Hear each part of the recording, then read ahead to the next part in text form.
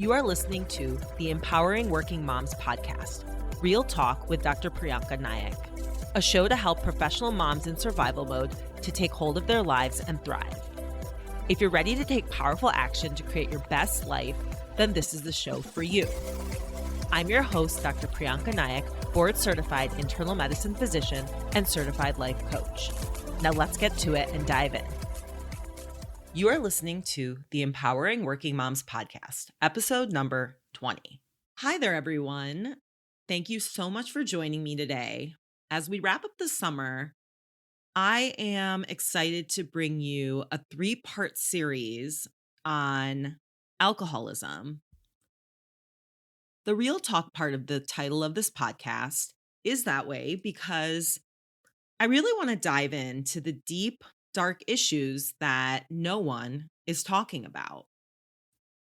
Many of my clients are dealing with alcoholic spouses, and they feel incredibly ashamed. So I want to discuss some of the nuances of living with addiction. My process helps professional moms with the seemingly perfect life who are silently suffering on the inside to know that they're not alone and that they can reclaim their confidence and power to have the life that they want, even if that feels impossible, because they deserve it. If you've never had alcoholism in your family and you find out that your spouse has been hiding drinking from you, it may be difficult to discern. Alcoholism, now known as alcohol use disorder, is a condition in which a person has a desire or a physical need to consume alcohol, even though it has a profoundly negative impact on his or her life. But more than what alcoholism is, I really want to describe what it is like to live with an alcoholic, because it is something that only people who have alcoholic family members truly understand. People feel a lot of shame and they feel alone because they isolate themselves. They don't want to talk about an alcoholic family member or spouse, even though we know an estimated 2.2% of the world's population has either an alcohol or illicit drug use disorder. This was found out in 2016, but this equates to around 164 million people. Can you imagine? That's a lot of people. And yet, alcoholism that exists within a family can still be such a shameful secret. I know the way I was raised was that these things, meaning suicide, eating disorders, addiction, any serious mental health issues, they didn't happen to Indian people. But luckily, our generation, regardless of how they were raised, if maybe they were told in their culture these problems didn't exist, our generation has a chance to do better. I want to dive into what it looks like living with an alcoholic. An alcoholic's wife will often feel like she is a single parent. Somehow, he can manage work, particularly if he's a functioning alcoholic, but beyond work, that's pretty much it. If he's a less functioning alcoholic, he may not even be able to manage that. She will find alcohol in a place where it shouldn't be. And upon asking about that, he will have a quick excuse in his pocket to give to her. An alcoholic's wife, her life feels a lot harder than other people's, and yet she doesn't understand why. He might get unhinged or angry for no good reason, or he may pass out early in the evening. He generally doesn't tend to contribute to the household or participate in chores. He lies about drinking and makes excuses to leave the house to do so. The alcoholic may come into the house slurring his words, stumbling, but if you ask him if he's been drinking, he will flat out say no. I will add that playing Sherlock Holmes in his drinking will never serve you. But we will dive deeper into that on next week's episode on codependence. An alcoholic may act strangely early in the morning due to drinking. Often, they drink in the middle of the night to quell withdrawal symptoms surreptitiously. So if they seem drunk or you know they have a drinking problem, don't let them drive with you or your children or be alone with your children. They will swear they're sober, even though they may show signs of drunkenness. If you suspect he's been drinking, he probably has. Follow your gut. Do not engage in an argument with him and don't accuse him of drinking because you will never win. Alcoholics tend to double down on their lies. So that brings me to lies and addiction. Addiction and lying go hand in hand. It is pretty hard to have one without the other. A particularly intelligent addict will often be delusional about his or her drinking and believe his or her own lies. I tell you this because maybe that will help soften the blow if you feel betrayed. A client of mine, her husband had been drinking, and he offered to drive her and her son while she was pregnant, and she could not believe that he would do that. However, he probably believed that he was okay to drive, that he was sober enough to do so. When an alcoholic is not sober, you cannot trust anything they say. And not drinking really isn't the same as sobriety.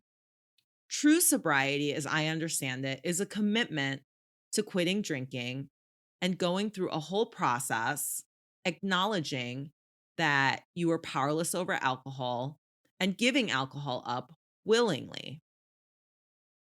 Often, when someone is not sober, but they're not drinking, they're what is referred to as a dry drunk. They're still miserable. They still may be engaging in similar behaviors, even if they're not drinking. So, similarly, they can't be trusted in that state either. And just know that if you're living with alcoholism, it isn't your secret to keep. Another strange thing that happens can be rough play. Another client of mine whose husband was an alcoholic before she even knew that he was, because he used to hide drinking from her so skillfully, she recalls that he was rough with her at night. She would notice his decompensation as the evening wore on, which of course makes sense because he was drinking more and more. But at that time, she didn't even know that. She brought this up to their couples therapist, and the couples therapist, who clearly knew very little about alcoholism, suggested that because he was a physician, buttoned up, performing at work all day, he would unbutton at home and let loose like a kindergartner. Make no mistake, though, that this is a sign that something is wrong.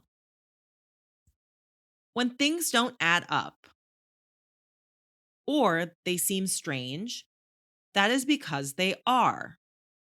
Often, when we are in the thick of a situation, we may not want to know the truth, even if we sort of do.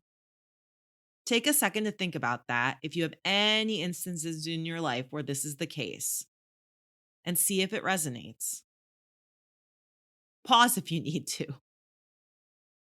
If your partner's behavior is unpredictable, he or she may have a mental illness, an Axis 2 or Axis 1 diagnosis. And I definitely discussed this, I believe, in the episode on narcissism. Axis 1, those are the disorders where they're treatable with a medication like depression or bipolar, versus Axis 2 are more personality disorders like narcissistic personality disorder or borderline personality disorder.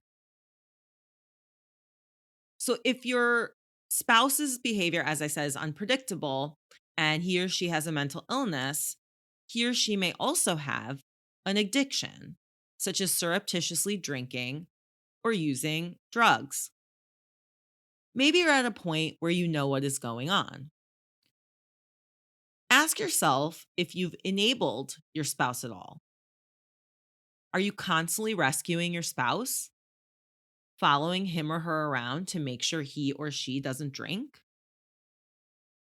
Are you afraid to ask about his drinking because it is triggering when you ask for him? Or maybe you feel like you need to walk on eggshells regarding random issues or alcohol use, and that's not really fun. A lot of times you might feel like you are on a roller coaster ride that will not stop. But remember that only you can decide if you want to keep riding or get off the ride. It is your choice. I hope I clarified some of the chaos that goes on along with living with addiction because it can be so isolating.